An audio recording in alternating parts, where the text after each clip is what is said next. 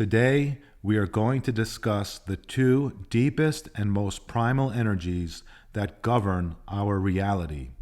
These are the two roots that make up everything else: the longitudinal warp and the latitudinal weft that weaves the fabric of reality.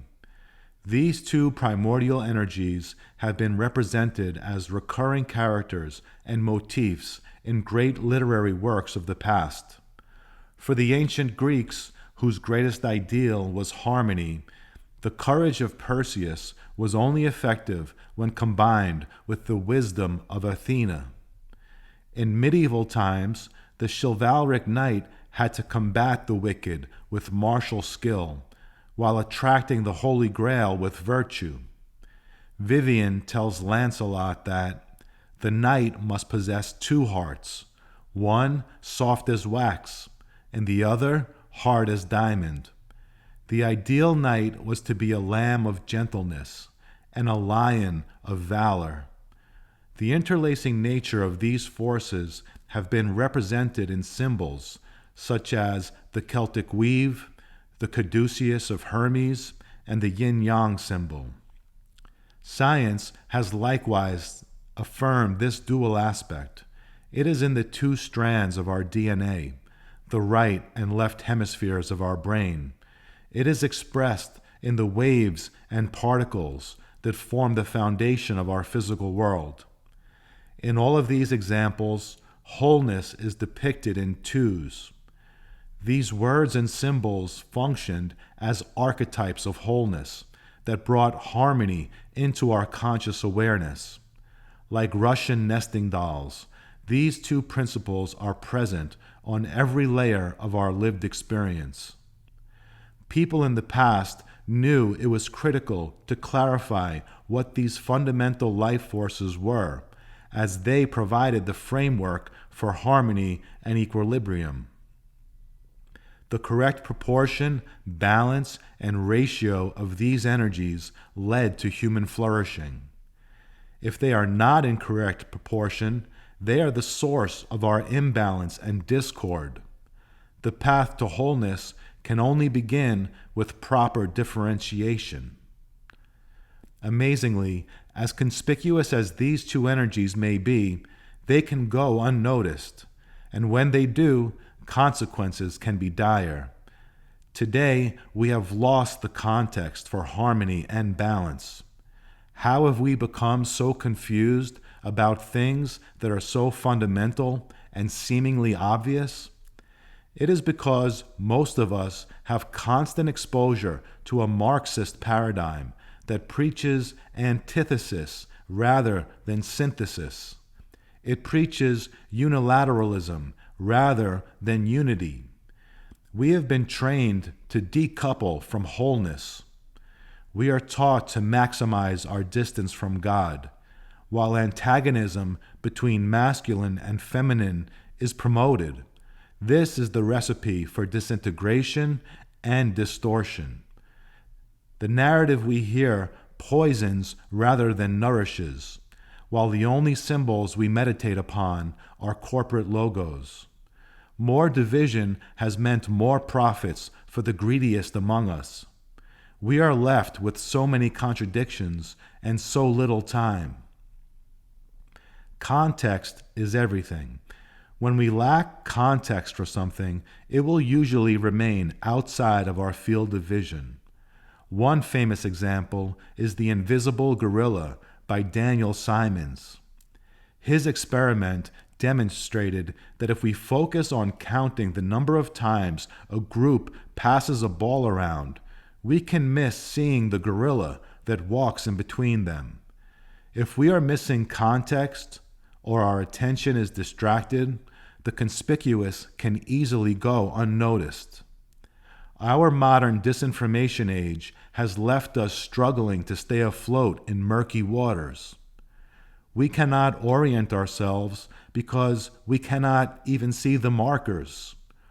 Carl Jung wrote, quote, "Our age is afflicted with a blindness that has no parallel," end quote.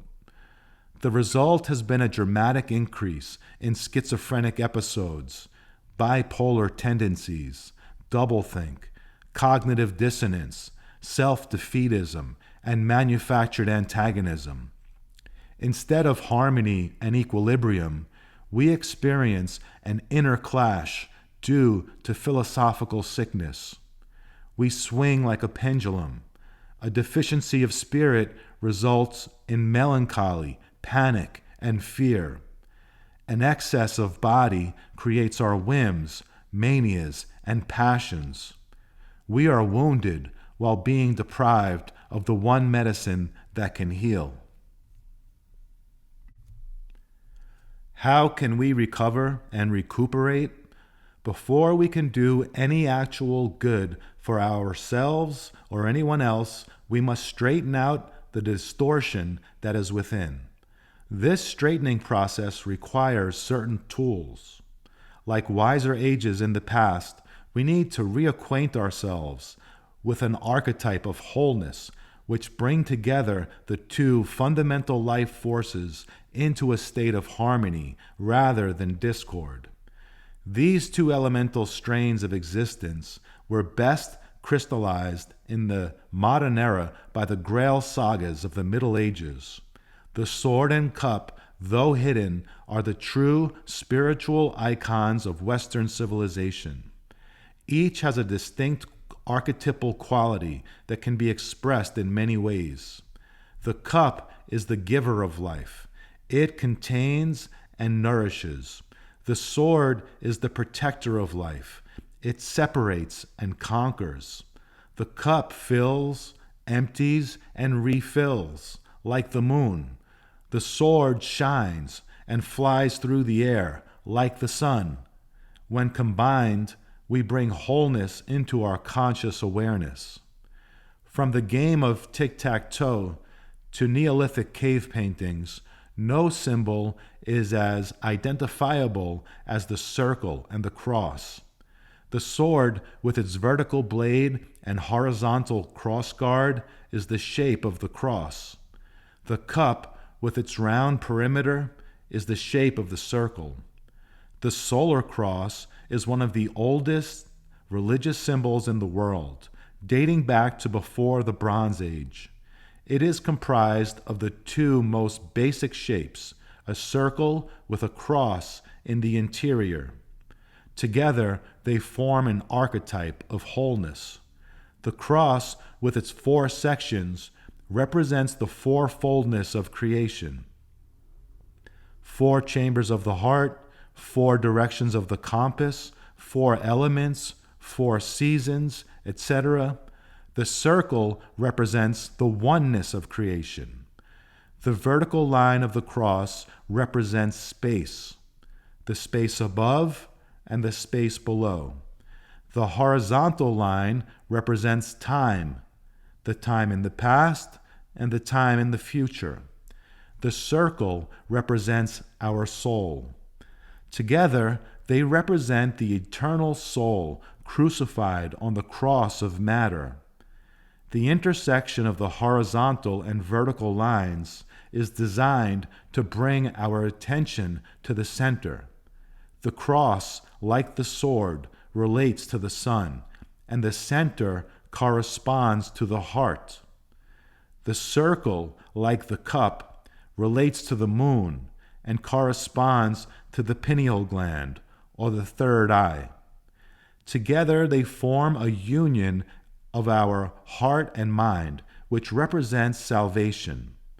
The circle and cross motif is repeated in the Celtic cross, in the Armenian cross, in the cross of the Cathars, in the cross and the orb, and the Egyptian ankh, just to name a few.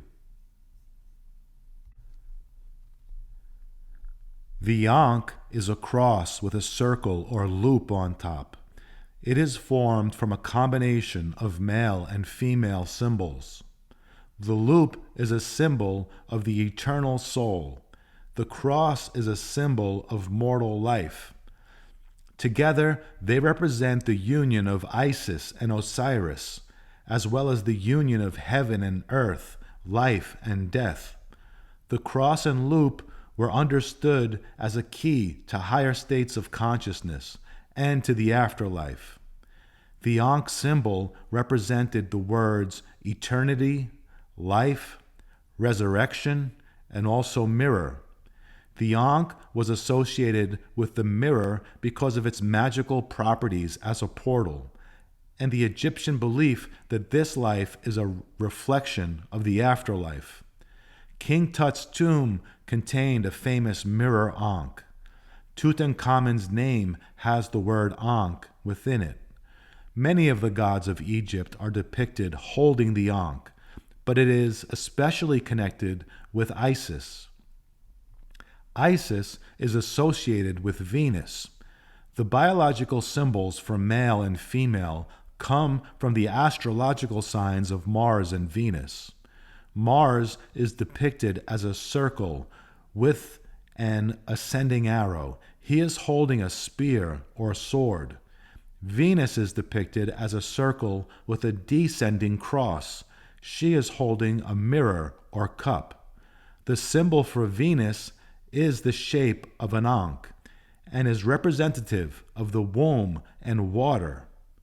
The mirror is associated with the greatest spiritual directive, know thyself. The cup, like the earth and the womb, contains water. Water, like the mirror, is associated with reflection and contemplation. Venus is the yielding, watery female principle that is essential to the generation of life. Mars is the active and fiery male principle that is essential to the growth of life. Venus is the origin of the word venerate. Mars gives us the word martial. Whether Isis and Osiris, or Venus and Mars, Perseus and Athene, each set of characters represents an archetype of wholeness. It is understood that feminine and masculine cannot be at full power without each other. Without him, she is incomplete and lacks power. He possesses the power. But without her, he is incomplete. She possesses the magic and the meaning. So Venus is the life force of beauty and magic represented by the cup. Mars is the life force that counters hostile forces, represented by the sword. So Venus absorbs and tempers the male essence. Just as a container of water or oil functions to temper the sword after it comes out of the fiery forge. Venus is emblematic of the princess. She possesses a bold yet serene spirit.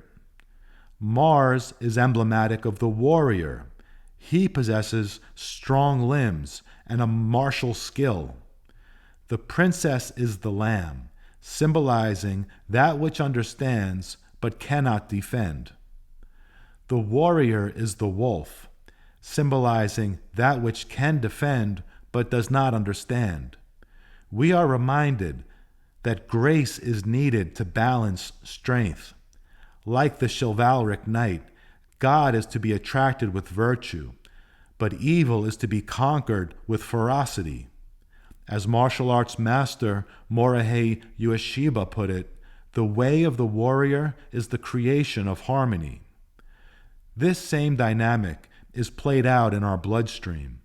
In order for our body to operate harmoniously, red blood cells must function to nourish the body with oxygen, and white blood cells are needed to fight against infections. In our energetic system, the first, lowest, and densest energy center or chakra of the body is the root chakra, located at the perineum or base of the spine. Like Mars, it is related to the color red, to the sun, and to mastery or skill. The seventh, highest, and most ethereal energy center of the body is the crown chakra, located at the top or crown of the head.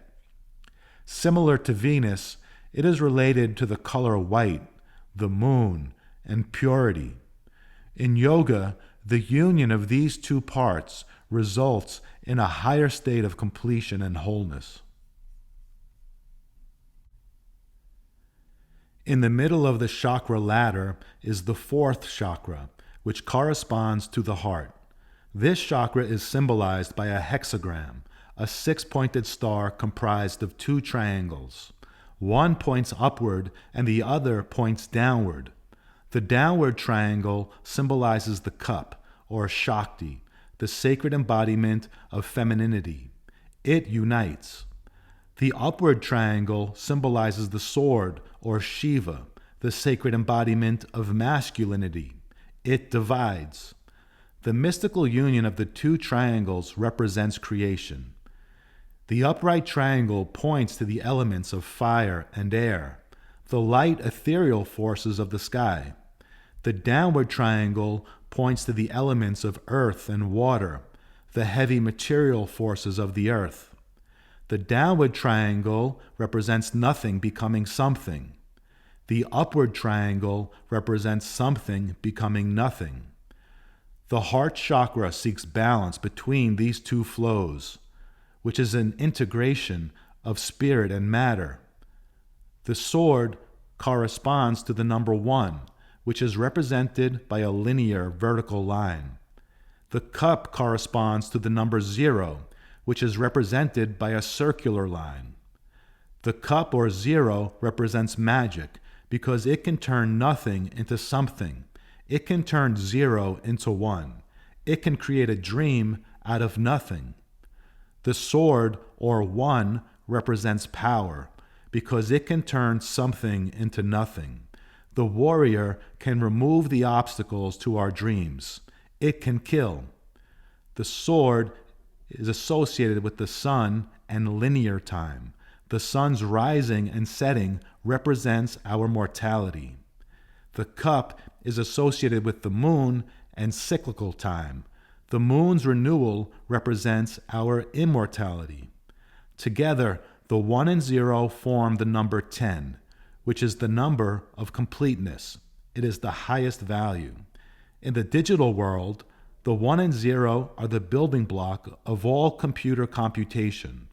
Single units of information can be either a 1 or a 0. Data is either on or off. It is a binary system. These symbols are ingrained into the subconscious of humankind because they are necessary for our survival. They are the primary tools of the hunter-gatherer: an edge tool to hunt and collect, a basket to gather and store. These are the first tools of our species. In order to survive in nature, such as after a cataclysm, the first thing you need to rebuild, the first technology you need to remember is a blade and a container.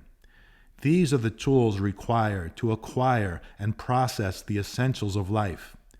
When we do not have the means to acquire the essentials, we are nervous and neurotic. Until we have them, we are anxious, incapable, ineffective, unlikely to survive. Technology and the manufacturing and use of tools is one of the things that separates humans from the animal kingdom. A sword and cup, a knife and basket are the original technology. They are the technology that gave rise to all other technology. Therefore, these tools are symbolic of divine light and inspiration. A spear to kill with, a cauldron to cook in, a knife to eat with, and a cup to drink from, an axe to chop wood, and a bucket to carry water, scissors to cut apart, and needles and thread to sew together, building a shelter and starting a fire. We will need a knife, an arrow, a sickle to acquire the essentials. We will need a bag, a vase, a jar to consume or store the essentials. We will need a sword to defend and a cup to nourish. In the marriage ceremony, the two shall become one flesh. This is represented by the exchange of rings on fingers. The finger, representing the sword, is united with the ring, representing the cup. Carl Jung stated, quote, "Life is born only of the spark of opposites," end quote. Biology teaches the same. as can be seen in procreation. The union of the masculine and feminine represented by the penetrating nature of the spermatozoa and the receptive nature of the egg. From the beginning, each one of us has masculine and feminine energies within. Each one has access to the sword and the cup. To create animosity between the two results in an inner clash that impedes our ability to function and increases our vulnerability to negative external factors. When we view masculine and feminine as separate, antagonistic entities in the external world, it is only because that is how these energies exist within us. In order to heal our philosophical and spiritual sickness, we must learn to recognize, embrace, and balance both threads of reality. If we expect to have balance in our outer world, it must begin in our inner world. It is only when we straighten out our own distortion that we can hope to do good for ourselves and our fellow human beings. When we allow the content of the archetypes to enter our conscious awareness, we develop psychologically. The consequence of the concealment of these sacred relics is a condition of dearth and sickness. When we cannot access these organizing symbols, which are critical for our physical and metaphysical survival, we are left bereft and confused. In the darkness, we lack the disinfecting properties of divine light. Our lost relics have been hidden on account of an invasion. When the lost relics are found, the lost kingdom will be regained. In order to be effective, we must retrieve the hidden treasures, crystallized in the images of the sword and the cup. These are the treasures hard to obtain, that offer deliverance from a magic spell. The sword is rational, the cup is mystical. Only when both are combined can we fully see. By internalizing the sword and cup and other archetypes of wholeness, we can achieve individual balance and equilibrium and avoid the disharmony which is the disorder of the day. Keep your sword sharp. It is a battle that we are in, and hostile forces are ruthless. Keep your cup clean. Allow it to nourish and not poison. Love by itself will leave you wounded, but love combined with wisdom is the path to wholeness.